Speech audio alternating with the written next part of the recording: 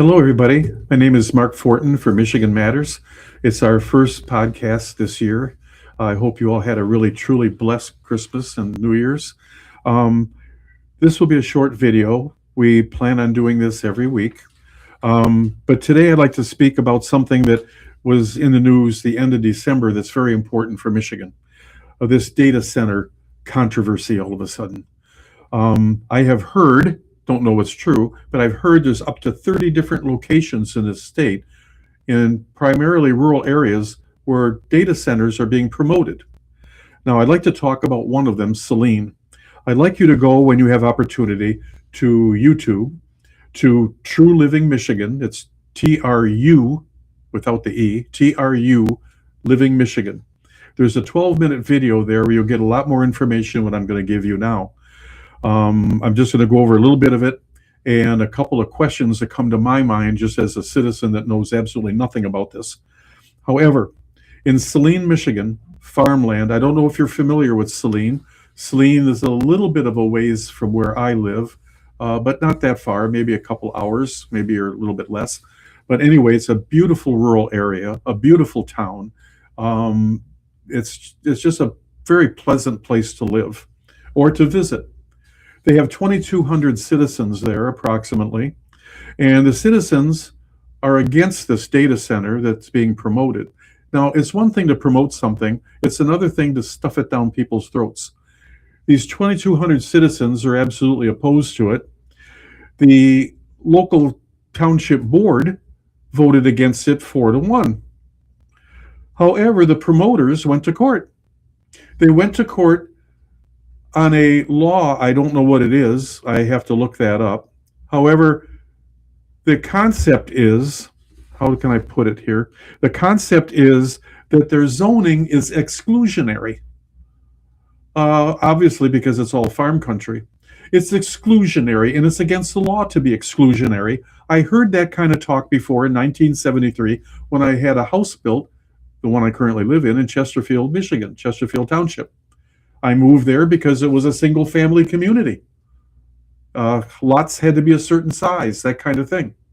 And I didn't build a large house. It was only 1,200 square feet, but I liked the idea of single family homes.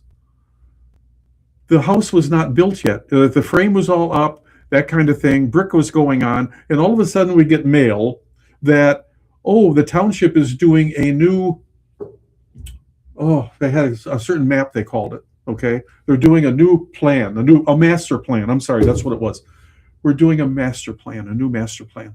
So I start going to township board meetings, and they're redoing the whole community with a lot of multifamily places and all this kind of stuff, the whole darn thing.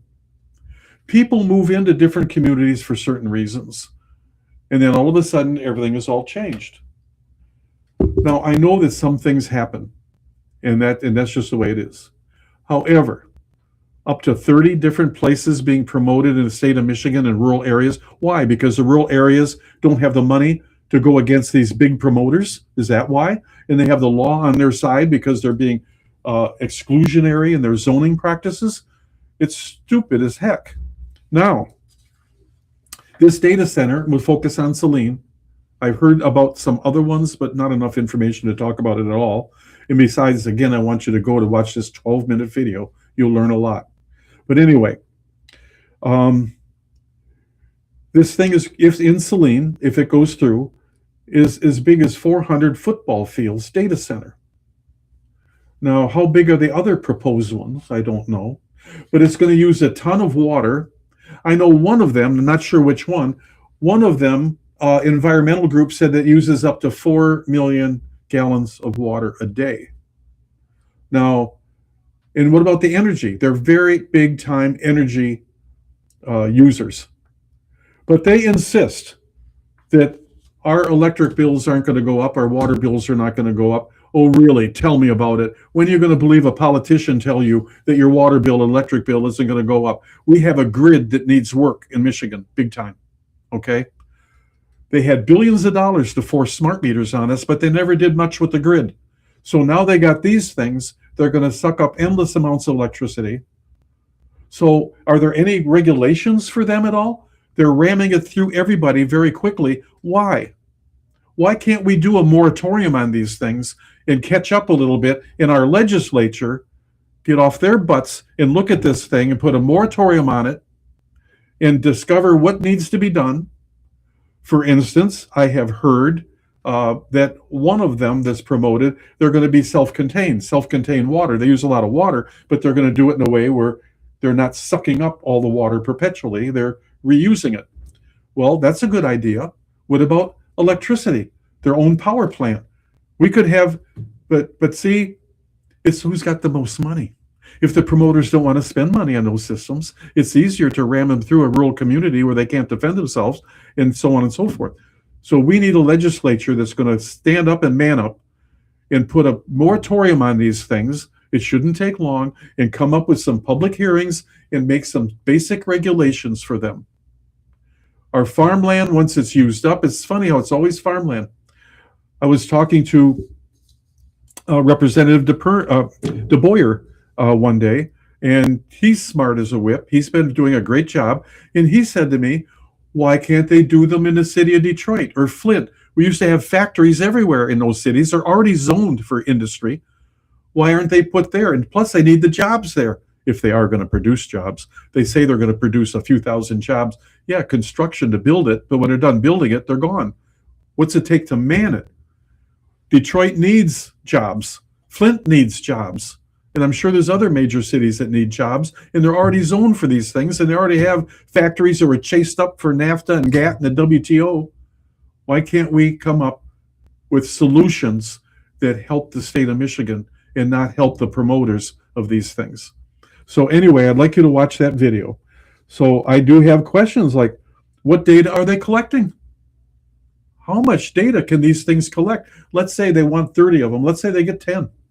Okay? These things take football fields. It's full of nothing but computers. How much data are they collecting? Whose data? What data? For what for? So I'm sure that different ones have different reasons. I'm sure some might be an AI thing, but even AI, what's it for? What's it going to be? In nefarious hands, are we going to lose tons more jobs because of AI? I don't know. But is anyone looking into this? It's all just the latest hype. Let's go for it. Now, I know we have to because China's doing it. Therefore, we must. We can't get behind them. But we can't let it get in nefarious hands either. So anyway, I'd like you to watch that video. I think you'll learn a lot. We have to talk to our elected officials. And I'm already starting to do that and see if we can't get something going to protect our rural communities. So anyway, the last thing I'd like to talk about briefly is Promethean PAC. Susan Kakindra runs Promethean PAC. We're going to give you information on it. Now, they are doing a bi-weekly midterm boot camp. It's all about winning the midterms. Susan said, I'm reading this off Susan's flyer, the midterms will determine whether President Trump's agenda survives and accelerates or whether it's reversed and crushed. We cannot have it reversed and crushed. This thing in Venezuela was a stroke of genius. Bringing the Monroe Doctrine back was a stroke of genius. Bringing the Western Hemisphere under the umbrella of the United States again, like it was designed in 1823 and forgotten about, to bring this back is important. This is why he's talking about Greenland. He's talking about these different countries. And we know he's got plans. We don't know what it is.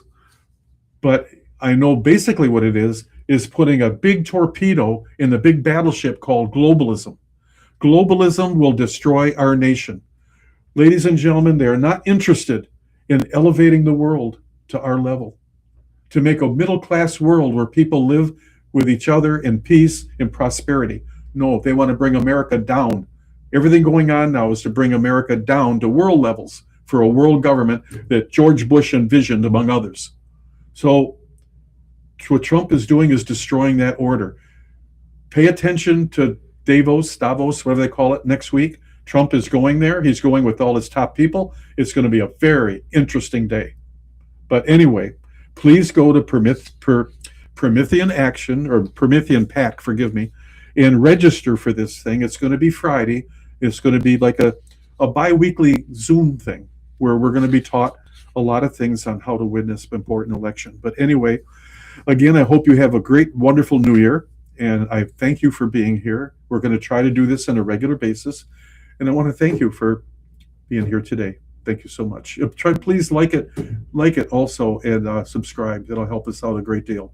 Go to michiganmatters.org for more information. Thank you.